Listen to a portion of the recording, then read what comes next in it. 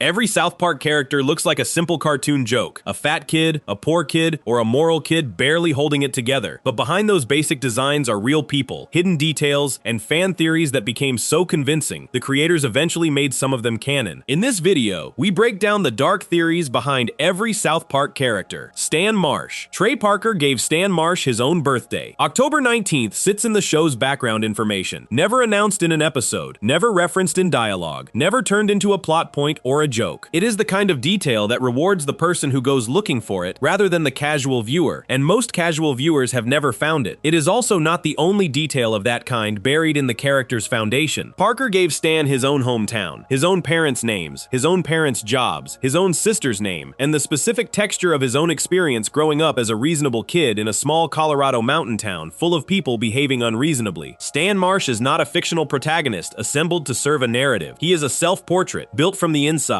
aging in real time alongside the man who created him, and what he eventually carried across 27 seasons of television goes considerably further than autobiography. Parker was born in Conifer, Colorado in 1969, the son of a geologist named Randy and an insurance broker named Sharon. His older sister's name is Shelley. When he built the Marsh family for South Park, he gave Stan's father the name Randy and made him a geologist. Stan's mother became Sharon, Stan's older sister became Shelley, and Parker has said in interviews that the combative, turbulent relationship between Stan and his sister pulled directly from his own experience growing up alongside the real one. The family on screen was the family from his real life, given paper cutout faces and placed in a fictional version of the small Colorado town where Parker spent his childhood. Every single name in the immediate Marsh household is real. Nothing was invented. Worth sitting with because it changes how the character reads. Stan was built from the inside out as a self-portrait rather than assembled as a functional narrative role. When Stan reacts to the absurdity around him with exhaustion or moral frustration, that reaction belongs to Parker. When Stan tries to do the right thing inside a situation where everyone around him has lost perspective, the helplessness in that struggle is Parker's too. The fictional boy in the red and blue winter hat and the real man writing his dialogue were operating from the same emotional blueprint, separated only by animation. From the first episode, Stan read as the most grounded member of the group. Kyle could get hot and preachy. Cartman was a different species of human entirely. Kenny mostly died. Stan was the one who genuinely felt things, who got disturbed when something was actually disturbing, who pushed back when the situation called for it. He had a dog and a crush on a girl named Wendy Testaberger, and parents who, by South Park standards, almost resembled normal people. He was the anchor, the fixed point the audience was meant to inhabit while the madness happened around him. Within that arrangement, Stan served a specific function in the show's satire. Because he was grounded, because he reacted to absurdity as a reasonable person would, his perspective became the measuring stick against which everything else in the show was gauged. The adults in South Park are idiots. The institutions are corrupt. The town keeps cycling through the same collective panics, and Stan keeps bearing witness to all of it with the dazed frustration of someone who cannot quite believe what he is seeing. Parker has described his own experience of writing the show in almost identical terms. That sense of watching the world perform stupidity in new configurations every single week and running out of ways to be surprised by it. The relationship with Wendy Testaberger carries that same emotional weight across the full run of the show. Stan cares about Wendy. He has cared about her since the beginning. When she speaks, he vomits, which is season 1's comedic shorthand for the overwhelming nature of being in the presence of someone who matters to you when you are 9 years old. The relationship goes through breakups and reconciliations and long periods of awkward distance, and it never quite resolves into something stable because stability is not something South Park really permits. That pattern of caring deeply about something and being consistently kept from ever fully arriving at it is one of the defining emotional signatures of Stan's character across 2 decades. It is also, based on Parker's own relationship history and his accounts of the creative pressures surrounding the show, a pattern that shows up in the man's real life. Underneath Stan's reasonable exterior, a quiet melancholy ran through the character from early on. The season 7 episode called Raisins is one of the first places it surfaces clearly. Wendy breaks up with Stan, and his response is depression, plain and clear, rather than wounded pride. His friends drag him to a restaurant staffed by pretty girls, hoping the distraction will help. It makes things worse in ways none of them fully understand. By the end of the episode, Stan has drifted toward the goth kids, standing in a parking lot in the rain, reading poetry about suffering. He is not performing. He genuinely hurts, and the episode treats that hurt as real rather than as a setup for a punchline. For a show that kills one of its main characters every week as a running gag, the sincerity there is striking. Kenny Dies, from season 5, works the same way. Kenny is diagnosed with a terminal illness, and for the first time, the show allows itself to grieve him properly. Stan cannot get through the hospital door. He tries multiple times and breaks down each time before he can reach his friend. When he finally arrives, Kenny has already died. Stan sits alone by the empty bed, and the show does not make a joke out of it. The grief is written as grief, plainly, without irony, without a release valve at the end. Parker was using the character that had always been his closest stand-in to process something honest inside a show built around irreverence, and the honesty of it surfaces unmistakably. What those early seasons established was a character who cared deeply, tried sincerely, and was frequently overwhelmed by a world that kept refusing to respond to sincerity and kind. Parker has spoken about the specific experience of growing up earnest in an environment full of noise, of caring about things, and having that care either dismissed or exploited by the people around him. Stan carries all of it. He is the kid who keeps trying even when trying does not appear to be working, and the darkness in that is quiet enough that it passes for simple optimism on a quick viewing. Across the middle seasons, the character shifted gradually. Stan became less certain. His moral speeches, the end of episode moments where he stood up and said clearly what the situation actually meant, began arriving with less conviction behind them. The world around him kept escalating in absurdity, and he kept getting quieter inside it, more prone to fatigue, less confident that speaking up would change anything. The fix at the end of each episode felt less final. The reasonable kid was still there, but something underneath had started to loosen, and viewers who had been watching closely could feel it long before they could name what it was. Season 15 made that loosening impossible to ignore. The episode You're Getting Old aired in June 2011 as a mid-season finale, and almost nothing about it resembled a standard South Park episode. Stan turns 10, and almost immediately, something breaks inside him. He begins perceiving everything around him as literal excrement. New music sounds like it, new films look like it. Things that other people find exciting and enjoyable register to him as biological waste. A doctor delivers the clinical verdict in flat language. Stan has been diagnosed with being a cynical asshole. Comedy lives in that setup, but only as a shell around something far less funny. Parker confirmed in the DVD commentary that the episode came directly from his own psychological state in his early 40s, more than a decade into the show's second decade. He and Stone were genuinely asking themselves around that time whether the creative engine was still running on something real or had started to consume itself, whether so many seasons of professionally dissecting everything had quietly made them unable to enjoy anything. Whether a person can spend long enough being a satirist and come out the other side still capable of genuine enthusiasm, or whether the habit of dissolving everything with irony eventually turns inward and starts dissolving the things the satirist used to care about. Stan's collapse across You're Getting Old and its follow-up Asperger's was built directly from that experience. Parker borrowed the specific texture of midlife creative fatigue, tipping into genuine depression, and handed it to the character that had always been his most direct self-portrait. The isolation Stan feels when the cynicism hits, the way his friends drift away because he can no longer connect to the things they connect to, the way his parents' marriage fractures under the weight of years of unresolved things. All of it reads as a document of where Parker actually was in that period of his life. The fictional breakdown and the real creative crisis mapped onto each other precisely. Closing out You're Getting Old, Fleetwood Mac's Landslide played over a montage of the Marsh family separating. Stan sat alone in an emptied apartment, the whole structure of his life taken apart around him, and the show played it completely straight. No irony, no release valve. Landslide is a song about the fear of time passing and the weight of things built that might not hold. Playing it over images of a cartoon family falling apart and playing it sincerely produced something that hit audiences as genuine emotional loss rather than comedy. Critics at the time described it as some of the most somber material the show had ever produced, and the word they kept reaching for was honest. Asperger's, the episode that followed, added the detail that landed hardest. Stan cannot recover through willpower or simply waiting it out. He is still seeing everything the same terrible way. His fix, the thing that temporarily restores his perception to something resembling normal, is alcohol, a quiet flask, a few private sips before facing the day. The show frames it as dark comedy, but the darkness outweighs the comedy significantly. Stan has found his coping mechanism, and the coping mechanism is the same one his father has been reaching for all along. Randy Marsh's drinking is usually played broad and loud for big laughs. Stan's drinking is quiet, private, and lands like defeat rather than punchline. Fan observers of the show converged over the years on the same reading. Stan functions as a continuous self-portrait of Parker, aging in real time alongside his creator, reflecting Parker's interior state decade by decade. In the early seasons, Stan is the optimistic kid Parker was in his late 20s, still fueled by the conviction that satire has consequences and that pointing a light at stupidity accomplishes something real. In the middle seasons, Stan grows quieter but stays upright. By season 15, he collapses, and the collapse is Parker's. The character and the creator are running parallel tracks, and the distance between them keeps shrinking. Stan does not age visibly inside the show. South Park exists in a suspended time where the boys stay 9 and 10 across more than 2 decades of episodes, but the emotional content of their stories has aged alongside the men who write them. The questions Stan carries in later seasons are not children's questions. Growing tired of the noise, wondering whether the work still means what it once did, reaching for something to take the edge off while pretending everything is holding together. Those are the questions of a person in middle age, processing costs that accumulated slowly over a very long time. All of it lands on a character in a 4th grader's winter hat, standing in 4th grader's snow, on the same fictional street he has been standing on since 1997. The hat does not change. The snow does not change. The man inside the character keeps getting older. Parker named Cartman's mother Leanne after his real former fiancé, who had an affair that ended their engagement when Parker was 21. That piece of his personal life made it into the show as a name, planted quietly, never explained or announced. South Park is full of those autobiographical deposits, places where a real life pressed close enough to the fiction that the fiction changed shape. Stan Marsh is the largest of them, the place where the real life is not buried as a small detail, but built into the architecture from the foundation. Every name in the Marsh family is real. The birthday is real. The sister is real. The depression is real. The flask is real. Parker's own accounts of that creative period in his 40s put him in the same psychological territory his cartoon self-portrait was navigating on screen. Stan is still standing in the snow. The coping mechanism is still there, and the parallel between the character and the creator has never fully closed. Before we move on, if you're enjoying this analysis, please consider subscribing. It helps the channel tremendously. Stan Marsh is Trey Parker, aging in real time inside a cartoon, his depression and quiet drinking drawn from the man's own life, rather than invented for the story. The next character was built the same way, pulled from a different creator's childhood, but carrying a different kind of darkness underneath him entirely. Section 2. Kyle Broflovsky. Kyle Broflovsky shares his birthday with Matt Stone. That detail mirrors the same quiet autobiographical move made with Stan and Trey Parker, and it confirms that whatever Stan is to Parker, Kyle is to Stone in exactly the same way. Both boys are self-portraits. Both are drawn from the inside using real names, real family structures, and real emotional memories. The difference is in what each creator put at the center of his portrait, and in Kyle's case, what Stone put at the center is the specific and persistent experience of being the only one. Stone was born in Houston, Texas, in 1971, and grew up in Littleton, Colorado, in the Denver suburbs. His father, Gerald Whitney Stone, was an economist of Irish Catholic background. His mother, Sheila, was an Ashkenazi Jew, and the family's original surname before immigration had been something close to Broflovsky, which eventually became Belasco. When Stone built the Broflovsky family alongside Parker, he gave Kyle's father the name Gerald. Kyle's mother became Sheila. The last name Broflovsky was chosen specifically to sound like an Ashkenazi Jewish surname, and it came directly from Stone's mother's family history. Kyle's red hair, worn in the style that Stone himself wore when he was young, a dense, rounded shape that became known as a Jewfro, was pulled from Stone's own appearance as a kid. The physical portrait of Kyle Broflovsky is a portrait of Matt Stone, drawn with enough accuracy that the resemblance is not symbolic. It is literal. Stone's own Jewish identity is complicated in the same way Kyle's is. Stone is half Jewish through his mother's side, raised in a household that had both Catholic and Jewish heritage, in a town that was overwhelmingly Christian. He has spoken about growing up as the only Jewish kid in his social circle, about the specific texture of being the person whose background sets them apart in a community where everyone else shares a default religious identity that is treated as simply normal. Kyle occupies exactly that position in South Park. His family is the only non-Christian family in town, and this fact is not incidental background detail. The show returns to it constantly, building it into the structure of dozens of episodes, treating Kyle's Jewish identity as a source of genuine friction with the world around him, rather than as a punchline without weight behind it. Kyle's Jewfro is covered by his green Ushanka hat in almost every episode, and the show has never made a big moment out of revealing it. It is just there underneath, the same way Kyle's sense of difference from his surroundings is just there, underneath his outward confidence. Stone specifically designed that visual detail to reflect his own experience, the sense of carrying something that other people around him do not carry, something that marks him as different in a way he did not choose and cannot set aside. The hat covering the Jewfro became a small physical metaphor for the larger experience Kyle represents, which is the experience of fitting in on the surface while being aware, at all times, that the surface is not the whole story. Within the group of 4 boys, Kyle functions as the moral center. He is the one who makes the speeches, the one who says, at the end of an episode, what the experience actually meant and what the right response to it would have been. He identifies hypocrisy,